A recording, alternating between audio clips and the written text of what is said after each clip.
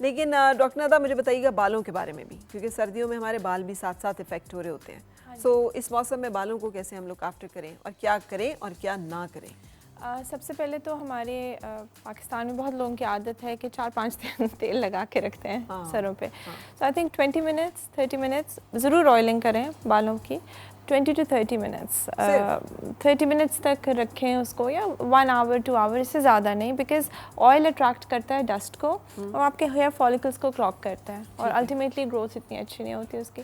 सो वो diet is very important, lots of proteins वो लें आप अपने डाइट में, वो बहुत ज़रूरी होता है। प्रोटीन का मतलब अंडा वंडा लें? अंडा, हाँ जी, नॉट वो जो योक होती है वो बेशक ना लें, एग वाइट लें। फ़िश आई हुई है आजकल, take fish, it's very good for your hair. इसके अलावा कुछ सप्लीमेंट्स होते हैं। हमारे जो औरतें हैं स्पेशली, एंड इवन मेल्स, मैंने देखा है जब हम विटामिन D3, B12 या आयरन के टेस्ट्स करते हैं, अक्सर वो डेफिशिएंट होता है और वो एक बहुत बड़ी वजह है आपके हेयर फॉल की।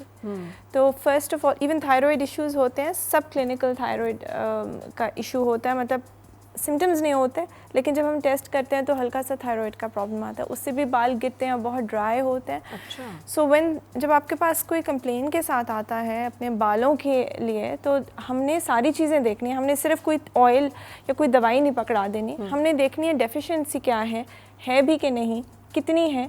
अगर डेफिशिएंसी है तो उसके मुताबिक डोजेज़ होती हैं जो देनी होती हैं दवाइयों की, और अगर नहीं है तो मेंटेनेंस डोजेस पे डालते हैं। ठीक है।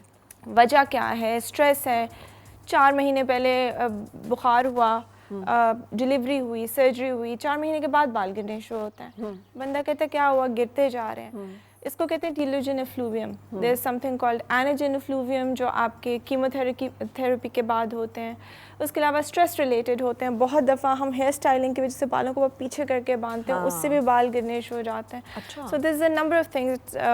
कुछ लोग स्ट्रेस में यूं करके खींचते हैं अपने बालों को, उसको ट्राइकोटिलोमेनिया कहते हैं। सो अकॉर्डिंगली हम मैनेज करते हैं बालों को। अच्छा, अब 2 सेगमेंट्स में डिवाइड हो जाते हैं ना, मेल और फीमेल। सो मुझे बताइएगा कि अगर कोई फीमेल जिसकी के थिनिंग हो रही है बालों की और वो गिर रहे हैं, तो उन्हें क्या, किन चीज़ों के टेस्ट करने चाहिए? लाइकवाइज अगर मेल जो है उनके बाल गिर रहे हैं और उनको इशू आ रहा है, तो किन चीज़ों को टेस्ट करें? देखिए, मेल्स का तो मोस्टली जो इशू होता है दैट्स मेल पैटर्न बॉल्डनेस, जो जेनेटिक होता है, और एंड्रोजेनेटिक एलोपेशिया भी उसको कहते हैं। बाकी विटामिन D3 डेफिशिएंसी और विटामिन B12 वो तो साथ साथ चलती रहती है, उससे डिफ्यूज़ हेयर लॉस होता है, वो स्पेसिफिक पैटर्न बॉल्डनेस नहीं होती।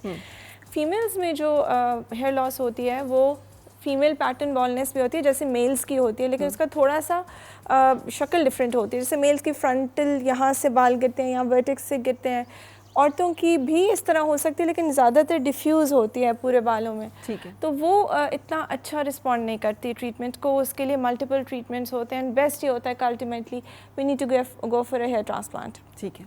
लेकिन उनके टेस्ट्स क्या कराने, हार्मोनल इश्यूज होते हैं बहुत सारे, साइकिल इरेगुलर होती है, उसकी वजह से हम वो टेस्ट्स भी कराते हैं। मेल्स में ऑब्वियसली वो टेस्ट कराने की ज़रूरत नहीं है जो हार्मोन्स फीमेल्स की होती हैं। बाकी जो लेकिन विटामिन B12 का टेस्ट होगा, D3 का टेस्ट सीरम होगा, सीरम फेरिटिन का होगा, और ब्लड CP जिसमें हम आयरन देखते हैं। अच्छा, ब्लड CP होगा। तो ये 4 टेस्ट जो हैं, एंड थायराइड जिन लोगों को बालों के गिरने की शिकायत है और समझ रहे हैं कि उन्होंने बाकी बहुत सारा कुछ करके देख लिया लेकिन फ़र्क नहीं पड़ा, तो ये 4 बेसिक टेस्ट बहुत ज़रूरी कर लें अपने, और चेक कर लें।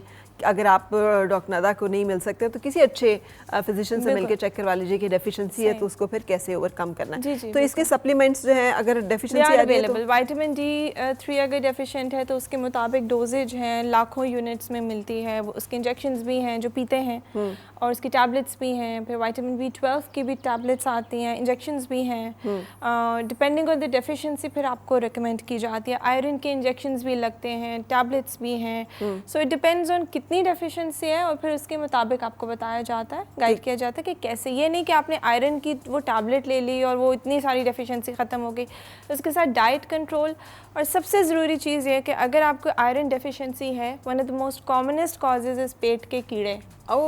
सो डीवर्म करना इज़ वेरी इंपॉर्टेंट, ठीक है। We need to go for that. और उसके अलावा अंडरलाइन कॉज क्या है, हमने ये देखनी है कि आयरन डिफिशिएंसी है तो क्यों है, विटामिन D3 है तो क्यों है, और तो वो सारे एक हिस्ट्री प्रॉपर लेके क्यों होते को हैं। करने के लिए फिर आप फर्दर कुछ टेस्ट करेंगे? टेस्ट नहीं होते, हिस्ट्री से काफ़ी हद तक पता अच्छा, चल right. जाता है। वैसे भी हमारी डाइट कुछ इस तरह की है फीमेल्स की, after repeated child births specially post menopausal vitamin D3 कम होती ही है। ठीक